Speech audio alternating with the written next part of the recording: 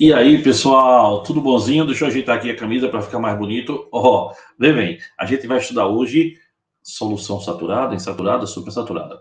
Então, vem comigo.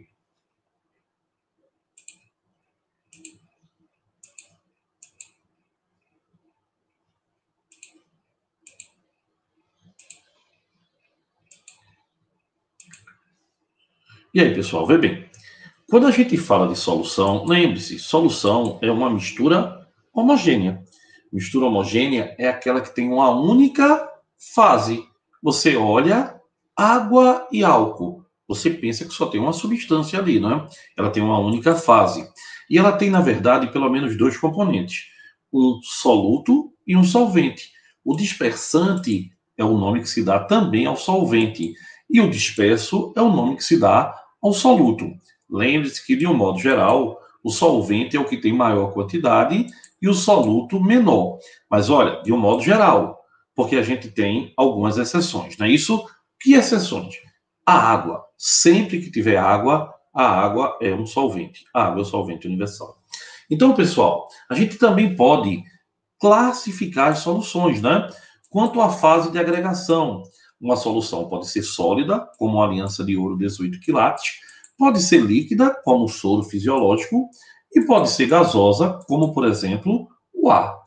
Outra característica das soluções é ser ou não condutora de corrente elétrica. Se ela não conduz corrente elétrica, não tem íon, ela é uma solução molecular. Se ela tem íon, se ela tem a condução da corrente elétrica, ela é uma solução eletrolítica, uma solução iônica. Outra maneira de classificar é quanto à quantidade de soluto em relação ao solvente. Se ela for diluída, ela tem muito solvente para pouco soluto. Se ela for concentrada, aí já é o contrário. Ela tem pouco soluto para muito o quê? Para muito soluto, né? Tem pouco solvente para muito soluto. Outro detalhe, pessoal, que a gente precisa lembrar é o coeficiente de solubilidade. O que é o coeficiente de solubilidade? É a quantidade de soluto que pode ser dissolvido numa quantidade de solvente a uma determinada temperatura. Por exemplo, a gente, quando vai tomar café, a gente bota o açúcar e geralmente o açúcar fica lá no fundo, um pouquinho, né? Por que isso? Porque não dissolveu. E por que não dissolveu? Porque você colocou mais do que o coeficiente de solubilidade permite. É bom lembrar que para os sais, por exemplo, o aumento da temperatura, pessoal, faz com que aumente a solubilidade. Olha aí, a 30 graus, 100 gramas de água dissolve 60 gramas de um determinado soluto. Se eu coloco agora 50 graus, 100 gramas de água dissolve 70 gramas do soluto. É bom lembrar que nesse tipo de estrutura a gente tem um gráfico. E esse gráfico mostra aqui, por exemplo, o NaOH3, a temperatura está aumentando e a solubilidade também. Isso quer dizer que a temperatura está ajudando a dissolução. Então, é uma dissolução endotérmica. Endo quer dizer para dentro, ganhando temperatura, né? No segundo caso, o sulfato de lítio, olha bem, a temperatura está aumentando e a concentração dele está diminuindo. Então, é uma dissolução exotérmica. E o terceiro é bem interessante, ó. Ele começa a subir, subir, chega num determinado ponto, para e desce. Então, ele cresceu, tomou um caminho, depois tomou outro. Esse ponto de inflexão faz com que ele seja um sal hidratado. E o ponto de inflexão é exatamente o momento que ele perdeu a água. É bem interessante lembrar desse gráfico, certo? Outro detalhe, pessoal. Ainda falando de solubilidade, quando eu tenho o coeficiente de solubilidade maior do que a massa do soluto, a minha solução é insaturada. Se o coeficiente de solubilidade for igual à massa do soluto, ela é saturada. E se for maior, dependendo do estado, ela é supersaturada. É bom lembrar que isso, pessoal, no supersaturado, tem que haver uma elevação da temperatura, depois a temperatura diminui lentamente e sem agitação, e a solução supersaturada ela é instável.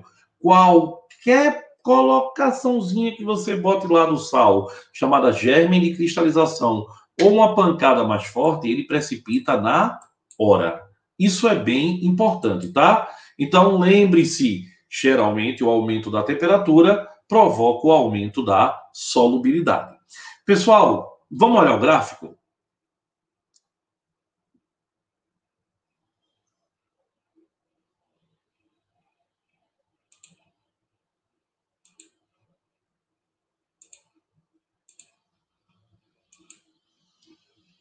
Olha bem, ele colocou aí, a solubilidade é a quantidade máxima de um soluto que pode ser dissolvido em um determinado volume de solvente. No laboratório, foram realizados experimentos para avaliar o efeito da temperatura em graus Celsius e a massa solúvel de uma substância em gramas. Quanto à solubilidade dessa substância, considere os pontos A, B e C da solução estudada. Olha bem, esse gráfico é clássico, tá? A substância que está na curva, ela está saturada. Acima da curva é porque tem mais soluto do que ele aguenta. Por exemplo, digamos que o coeficiente de solubilidade fosse de 20 gramas em cada litro a 30 graus, e a 30 graus, ao invés de ter 20 gramas em um litro, eu tivesse 40 gramas. Então, está acima da curva, ela é supersaturada. Abaixo, ela é insaturada. Quer dizer que tem menos do que poderia colocar. Então, acima da curva supersaturada, na curva saturada e abaixo insaturada. Então, pessoal, a gente tem aqui, ó, a solução A está saturada. Olha, volta para cá. A solução A está super saturada. Tá certo? Então, a alternativa 1 já nos é falsa. A 2, a solução B está saturada.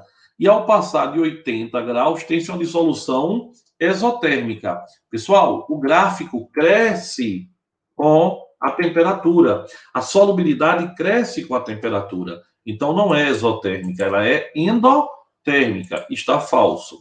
A solução C está insaturada. Ao passar para T 80 graus, a temperatura de 80 graus, tem-se uma dissolução endotérmica. O gráfico está crescente, é endotérmica sim. E 4, a solução A está supersaturada, verdadeiro, pois o soluto está em quantidade superior ao coeficiente de solubilidade. Você tem um limite, ele está acima daquele limite. Então, 3 e 4 são verdadeiras e a resposta da questão, letra C.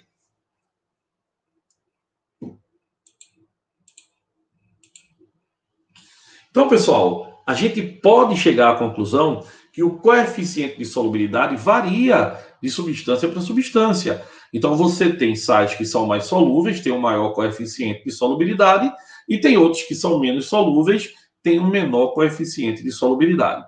Tem até uma musiquinha para saber quem é mais ou menos solúvel. É assim, ó. Nitratos, cloratos e acetatos são todos solúveis sem exceção.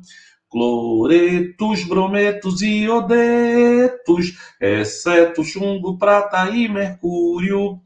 Os sulfatos são solúveis, exceto a família dos terrosos. Os sulfetos são insolúveis, exceto A2A e amônia. O resto é insolúvel sempre, sempre, exceto alcalinos e amônia. Depois eu vou colocar essa letrinha para você memorizar. Um beijo!